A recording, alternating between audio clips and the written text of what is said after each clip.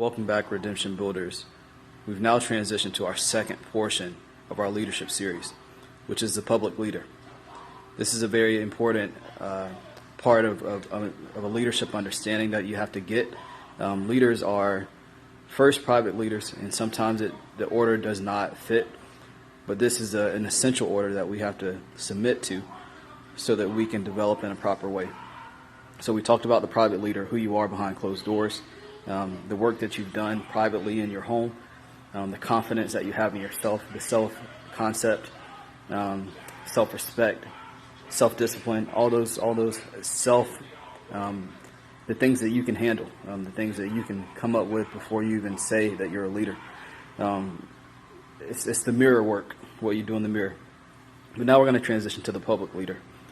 And 3 points that I want you to think about with being a public leader are: number 1, people are watching. People, even kids, are watching. So with people watching, you have to know that as a public leader. They're watching you. You can't just do whatever you want to do. You can't turn on and off the leadership assignment. You are a leader in season and out of season. Yeah, you're allowed to be human. You're allowed to have bad days, but you are a leader. Secondly, leaders have expectations. So those same people that are watching, the kids, the adults, young adults, friends, even peers, they're watching and they have expectations of you. Sometimes you'll meet those expectations, sometimes you won't. And you can't meet everybody's expectations, and neither can you even focus on them. But the truth of the matter is they have expectations of you. So sometimes when people meet you with a certain energy, or they appear to be let down by things that you have done or things that you haven't done, you have to understand that they have expectations of you. They've built their own concept of who you are, what they thought you should do, and who they thought you should be. I had a cousin that really poured his heart out to me one time on a trip back to Jacksonville about how he thought I should have been an NFL athlete. And I thought I should too. But my life had taken a different course at that time.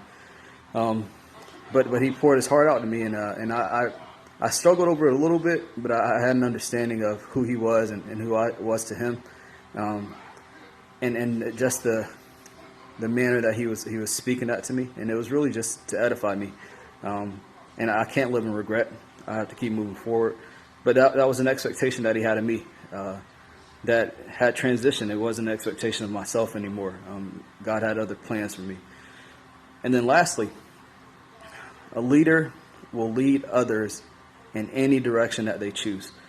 So with this, you could go in a positive direction or in a negative direction.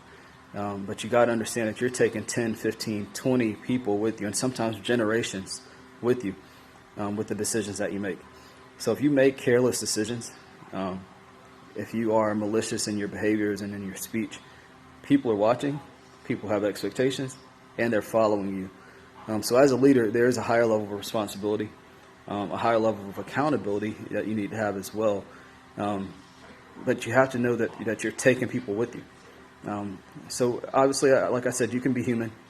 You can have failures, you can have setbacks, but how do you deal with those things? How do you overcome obstacles in life? That's what's going to truly define you as a leader. People are watching, people have expectations, but lastly, people are following. So as we get into this series, tune in weekly. We're going to give updates on what a public leader is and what they do. And then our last section is going to be the influential leader. So we'll close with our Redemption Builders mantra. I respect myself. I respect others. I influence every environment that I'm in. Thank you. See you next week.